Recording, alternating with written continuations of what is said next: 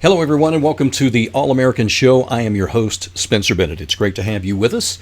Wow, it's already been a crazy week, hasn't it? A lot of things to talk about. First of all, let's talk about this show. It's about all things American. God, country, and family. Not necessarily in that order. God and family, then country, I'm pretty sure. But it's great to have you along with us. We're going to be talking about a bunch of different subjects. Most of all, we're going to be tying these all into the Word of God and what He has supplied for us. This is not a time to be depressed. This is not a time to be down, because God has a plan, and we are right now in the middle of it. We're seeing things happen behind the scenes that I can't really talk about, but I can give you encouragement that things are going to get better. They may get a little darker before they do, but they are going to get better. Okay, you ready to get started? All right, let's hit some news items. Facebook. Oh my gosh, everybody's on Facebook, right? They were down earlier this week for a few hours, and people just lost it. Also, Instagram and several other platforms. Evidently, someone changed the code. This is the excuse from Facebook now. Someone changed the code when they went in that helps the internet find where Facebook is. Evidently, that's a real easy thing to do. You just, and everybody's. The funny part is that even the employees were locked out of the building. They couldn't do any internal communications. The employees standing outside because none of their key cards worked, none of their biometrics worked. Everything was shut down. Doesn't sound like somebody just got a code wrong, does it? Also, several other platforms not related to Facebook went down at the same time. So, is something going on behind the scenes? I would say probably yes. Now, the day before, news came out that a whistleblower, I'm going to use that term loosely, okay, whistleblower, came out and said that they were going to spill the beans, that Facebook was harming kids, which it is, Instagram harming young ladies, which it is, suicide rate for women who are addicted to Instagram and young ladies that are addicted to Instagram is through the roof. And if you've got your kids on there, get them off. Get them off. Get them off all social media. Wean them off. I know it's going to be tough, but try to do it because it's not healthy. I remember when I was a kid. Remember when you were a kid? If you're as old as me, our clock, because a lot of us didn't have watches at that time because it was convenient not to know what time to come home. But when the street lights came on, you better have your behind home. And now it's everybody sitting in front of the TV. They're playing some kind of video game, or they're on Facebook, or they're spending their time on Netflix and not really communicating. We've been isolated as a group of people, as a country, and we can't do that anymore. We're going to have to come together, and we're going to have to heal this nation, and there's ways that we can do that. One of the things, get off social media, or use it as the tool it is intended to be, which is how I use it, to spread truth as much as I can for people that will wake up. And that's what this show is about too. Back to the whistleblower. Okay. Young lady comes forward, says she's worked in the area of, election, basically keeping hate speech from being overrunning Facebook. First, you have to understand hate speech and understand what Facebook and any social media sites protection is under the law. They are not publishers. If they were, they wouldn't enjoy the same protection. But they are censoring people that they don't agree with, whether that's politically or medically, you name it. If they don't like your opinion, you get a 30-day ban. I'm proud to say that I've had at least 5. I've spent more time in Facebook jail this year spreading the truth and trying to let people know what's going on than I have actually been online. The whistleblower came out, and like I said, I use that term loosely because I believe there are more whistleblowers, genuine ones, that are going to come out and start talking about how that Facebook and all these other platforms like YouTube, where I can't put this video up, you're going to have to go to Rumble to see it or watch the new GLC. Okay, I can't put it on YouTube because we're going to be talking about COVID, and we're going to be disputing some of the claims of the expert Fauci, as in not real. I don't think he's ever treated a patient in his life. But the things that they are saying, but they're not allowing people the freedom to say, hey, there's other treatments. There's other protocols to treat COVID with. The vaccine is not the best option. And we're going to be talking about that also. Matter of fact, we've got some interviews with some young ladies and gentlemen that were out at the protest at Midland Memorial Hospital in Midland, Texas on October 5th. And I think you're going to find it enlightening. And by the way, if you're just going, oh, they're just a bunch of anti-vaxxers, let me just tell you, there were people who had been vaccinated there. Okay? There were people who had their children injured by vaccines, and there were others that have legitimate questions about what these people are doing and mandating that we put in our body. Anyway, back to Facebook. We've got a lot of things to talk about. The young lady comes out, and her spiel is basically, I tried to keep this hate speech from going on, and then right after the election, they turned it off, and she, was moved to a different department. That upset her. So she liked the fact that Facebook was censoring people and political speech. Definitely not good, especially in this country where the First Amendment we hold so high, right? But I believe that was the whole false flag. That was the folks at Facebook putting something out there that helped their narrative, and now we want to see more, because the next day after that 60 Minutes report, by the way, I want to show you a graphic right quick.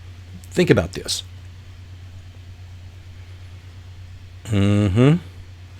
Next day she speaks before Congress talking about hate speech and how it needs to be more regulated. Hate speech, if you've spent any time on the internet, if you disagree with a communist, you are preaching hate. How many people hate Christians? How many people hate the word, the gospel message? There's a lot of that going on. Is it hate? No. We have freedom of speech. We have the First Amendment. We have freedom of religion.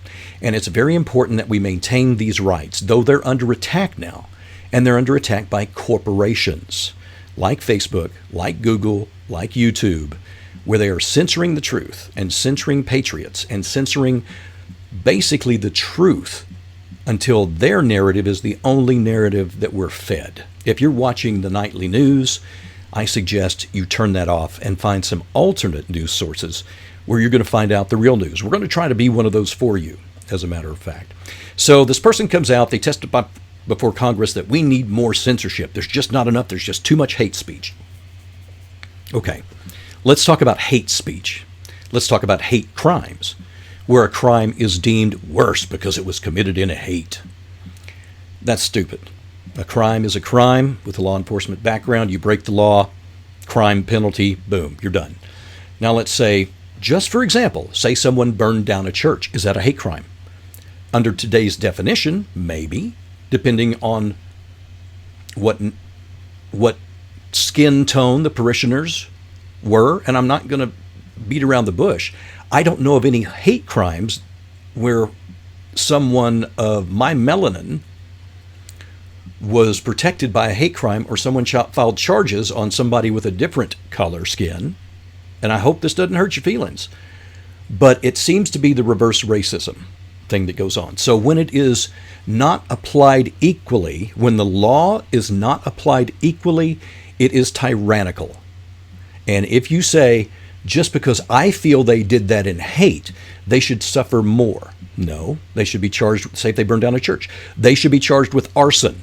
If there was somebody in the church, attempted murder, whatever, and violating the civil rights of that group of parishioners, because they violated their First Amendment rights to be able to enjoy the First Amendment, freedom of religion, and then so many others, freedom to congregate, freedom to associate with the people that you want to associate with. Same thing with hate speech. Hate speech has been, it's kind of like the term racist. If you lose an argument with a liberal, you usually, that comes out. The race card comes out. Okay? And you can say, well, you're a white guy. You can say that. It comes out against anybody that wins an argument against a liberal. Okay? I mean, if you want to look at that, look at the governor, the fellow that ran in California, I can't remember his name, against Newsom, who won his recall election by 66.6%. Not rigged at all, right? They tell you what they're doing.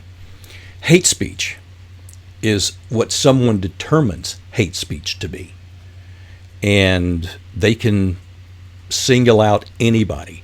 For example, they could say the gospel is hate speech because it preaches against homosexuality. So therefore it's hate speech. Don't think that won't come.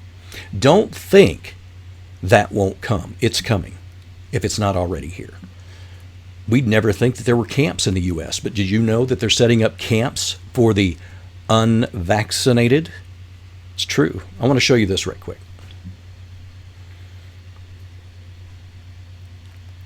Pretty incredible that Washington State is setting up camp and running job applications for camps. It's coming. It's coming. You better be prayed up and you better know Jesus. Okay? You better know. Back to hate speech. So, is there any difference between regular speech and hate speech? I don't know. It's freedom of speech. We as Christians get offended pretty easily at some of the things the world says against us. Is that hate speech? Well, I mean, technically it is, but they're never going to enforce it. And when the laws aren't enforced equally, it is tyranny. And that's what we expose here on the show. That's what we do. Speaking of tyranny, let's talk about Austin, Texas for a second. Tucker Carlson in Fox News, Tucker's on Fox. Fox News basically lost me after election night when they called Arizona for faux Biden way early. And we know from the election results that, and the audit, which you haven't heard much about in the news, have you? We're going to be talking about that because everything else seems to be a distraction away from the Arizona audit and what it revealed. George Soros. Let's talk about George Soros. And let's talk about the audit right quick. George Soros invests a lot of money in politicians, especially in local governments, especially people like the sheriff of Maricopa County, who refuse to turn over the routers to the auditors. I mean, you can call me crazy, but if you win an election, you don't delete files. If you win an election, you don't file lawsuits to keep records from being released, right? It's like, hey, you want to see? Here you go. That's not what's happening. And what we're finding is over 280,000 ballots. 50% of the records, 50% of the records that were supposed to be kept have been deleted.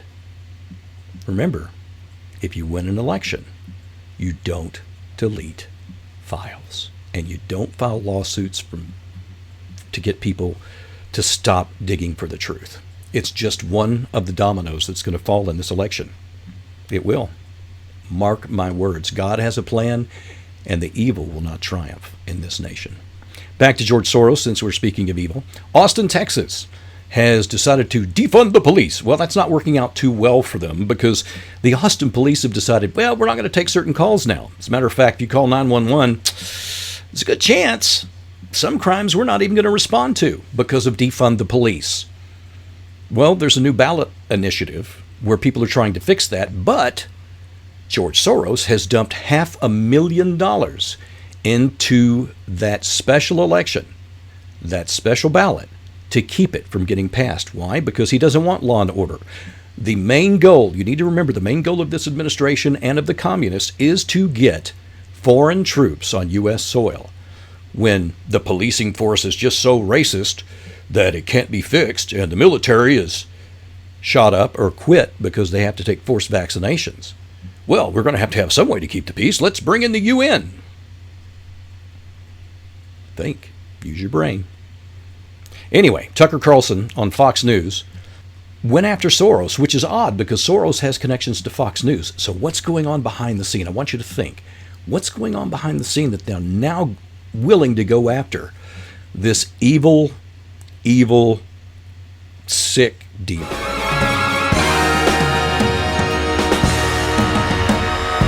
All right. Well, now is the time that I promised you. We're going to be talking with some folks who were out at the October 5th protest against mandatory vaccinations. And this, folks, isn't just nurses. It isn't just doctors. It's everybody. Every employee has to be vaccinated at the hospital because this letter comes down. Now, these are corporations. Corporations run hospitals. And just like you have the government pushing their agenda, But they can't do it without violating the Constitution, technically. So they get corporations to do it for them. Well, they can't ban free speech, but if they tell Facebook, wink, wink, hey, you can go ahead and ban that, then Facebook says, okay, I'm under the protection of the government. I'll go ahead and, ban stuff I don't like facts about the jab. It's happening, folks. And same thing with medical communities. They are paying billions, maybe trillions of dollars to medical hospitals. We know that they paid for funding for gain of function, Mr. Fauci, in Wuhan. Why is the American taxpayer paying for gain of function bioweapon research in China? Because they were going to do this all along. That's why. Back to my subject. Corporate fascism is alive and well in America, and it's going to be brought down. But we're going to have to fight. And I want to say I'm very proud of these people that came out and just voiced their opinion peacefully. They didn't want to attack anybody. They didn't want to just say, hey, if you did this, you're stupid. They just wanted to let people know that they deserve to have a choice. And for someone to say you can't have a choice is not American.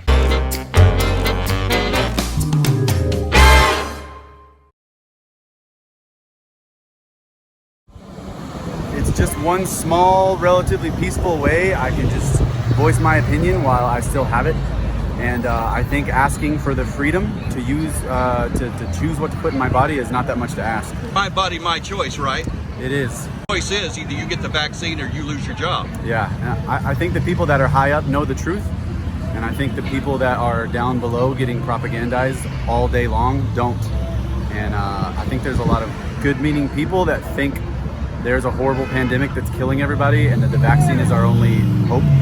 And it's not true. And I think the people at the top know it, and they're saying otherwise. And so when all else fails, when it's my body, it's my autonomy and it's my choice.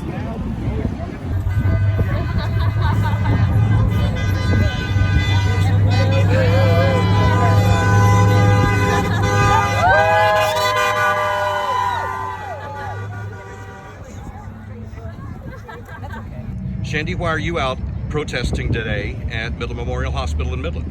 I'm protesting for our choice of freedom.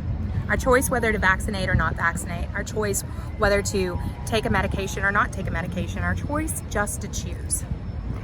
And you don't feel like the corporation of Midland Memorial Hospital is giving people a choice? They're not giving people a choice. They've already received their letters that they will be terminated if they do not vaccinate.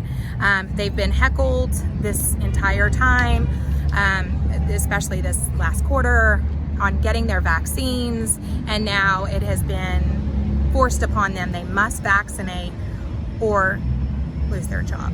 There are over 100,000 healthcare workers across the country who have refused the vaccine. Does that say something? Absolutely.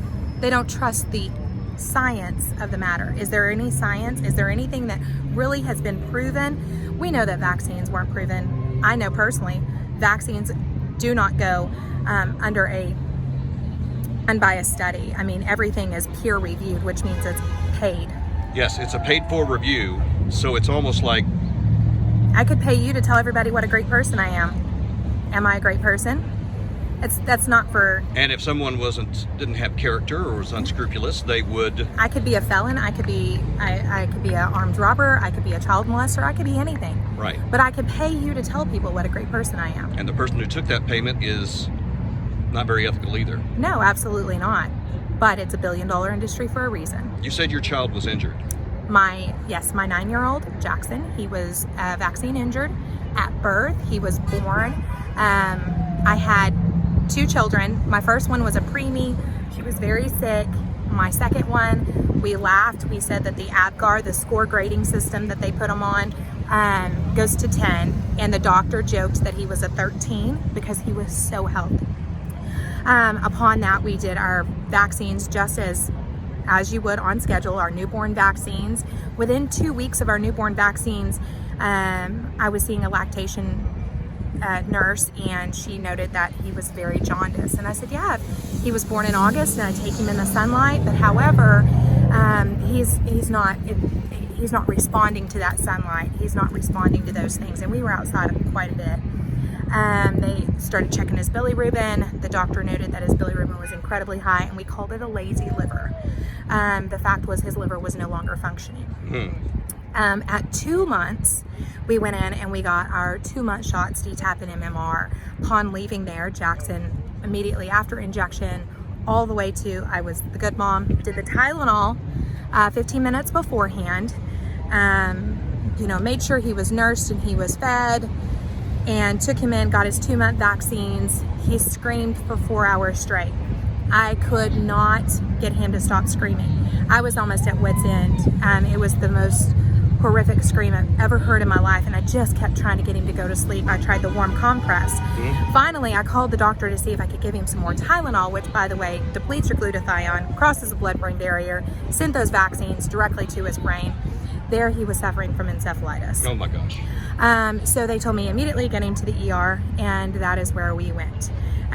Of course, they were like, no, it's his liver. It was his liver. They blamed it all on his liver. We stopped vaccinating immediately. We spent the next 4 years in and out of the ER, out of ICU, a pediatric ICU here at the hospital. He would get something as simple as stomach virus, and before you knew it, like the liver couldn't handle it. We were into heart failure. We had lung failure. I mean, there was so many things that were just off the charts. He got RSV at the age of 4. We vaccinate to protect others. But what happens when that vaccine turns and injures you? You're not vaccinating to protect my son. My son doesn't need protection. He needs natural immunity. And over the last 5 years, we have acquired it. He has had COVID, and we never have stepped foot back in the hospital. Nobody told me about VARs. Nobody told me about any of this. Vaccine injury. Yep, the vaccine injury reporting system. Nobody told me that this was ever a thing. And every time we would go in, I would ask them, are we going to vaccinate? And they were like, no, he'll never get another vaccine again. But they wouldn't tell me why. His liver was lazy. He couldn't hold up with it. And that was the unfortunate part, is they completely destroyed his liver. But I'm blessed it was his liver and it wasn't autism. Do your research. No, there are things that can't be reversed. Thank God that liver was a regenerative organ that we could regenerate, and we have completely. We know exactly how to treat him, what to treat him with, and it's not pharmaceuticals anymore. It's natural immunity. Sounds like you've done your research. I have done my research. I have some incredible friends that have nurtured me and helped me along this way. That there's just a sense of community between us, because I was that person who did medically everything that they needed to do. You did everything right that they told you was right. And I almost lost my son.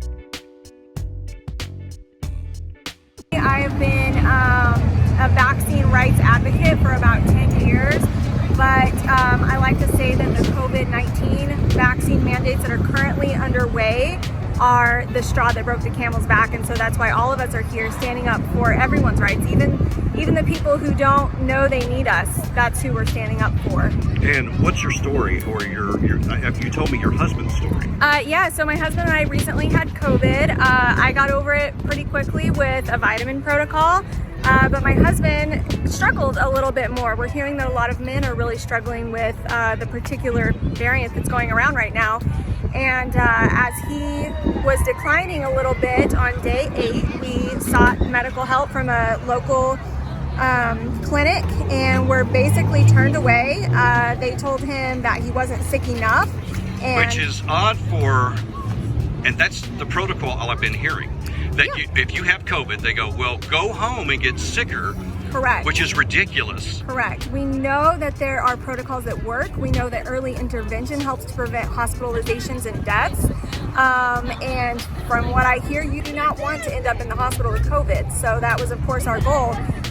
So we sought help. We were essentially turned away and told to come back when he got much worse. So we went home, and he did get much worse. A couple days later, I was very worried. I was scared we might have to go the hospitalization route. I knew that wasn't what we wanted. And so thankfully I was able to find a teledoc who prescribed us ding, ding, ding, ivermectin, budesonide, albuterol, the drugs that we know from word of mouth, essentially, that are working. And in my opinion, we should have received those drugs 2 or 3 days earlier when we originally sought help, instead of allowing him to decline. His oxygen saturation was getting down in the 80s. It was very worrisome. And as soon as we got those prescriptions on board, he turned around within 24 hours. A couple of the failings that I think I observed are, one, doctors' offices are not allowing patients to have an advocate to go in with them and talk to the doctors. We're sending very sick people in to talk to a doctor who are not able to very well advocate for themselves and have a really thorough conversation with the doctor about, what they might already be on and what medications they might be seeking. So I was not able to advocate for my husband, which was very frustrating. It's almost like they isolate them. Absolutely, yes. I had to wait in my car in the parking lot and hope for the best. The pharmacy tried really hard to talk me out of filling the ivermectin prescription. The price had been jacked up. They told me it was going to be very expensive, and did I still want it? Yes, I still wanted it. They warned me that it was not FDA approved for COVID treatment. Did I still want it? Yes, I still wanted it. And then the third straw was they warned me that my husband was going to have uncomfortable side effects from ivermectin in the dosages that he was prescribed. They made it sound like he was going to have terrible side effects like seizures and that he could go into a coma. And I still wanted it. I trusted the doctor that prescribed it for him. I trusted the science that we're seeing come out about ivermectin, and it worked very well for him without the scary side effects that we're told. Well, that's going to do it for today's All-American Show. I'm Spencer Bennett, your host, and it's been my pleasure to be with you. Thank you for tuning in. I want to say a special thank you to GLC for providing a free speech platform for Christian patriots in the Southwest. Thank you so much for that. You can also check out a lot of their programming, not only on the TV show, but on their YouTube channel. Now, I'm not going to be on YouTube because of the things that I discuss here on the show. It's not a free speech platform, but however, Rumble is. And if you would like to subscribe to the shows and be notified when a new one goes up, you can log on to Rumble, rumble.com, and look for a search for the All-American Show. Okay? We'd love to have you on, and of course, you're going to be notified. You'll get to interact, tell us what you think, give your comments about the show. Okay? Also, if you'd like to support the show, well, we're going to give you a chance to do that too. All you have to do is send your support to the All-American Show, P.O. Box 51487, Midland, Texas 79710. The All-American Show, P.O. Box 51487, Midland, Texas, with the zip code 79710. Or you can log on to the GLC website at glc.us.com, make a donation there in care of the All-American Show. All right? Well, it's going to be a great week next week. We're going to have some interviews as we continue with the show. We've got some really interesting folks that I think you're going to find the subjects are just fascinating, whether that's archaeology, prophecy, you name it. We're going to be covering a lot of different subjects. So until then, and until next time, God bless you. I'm Spencer Bennett with the All-American Show.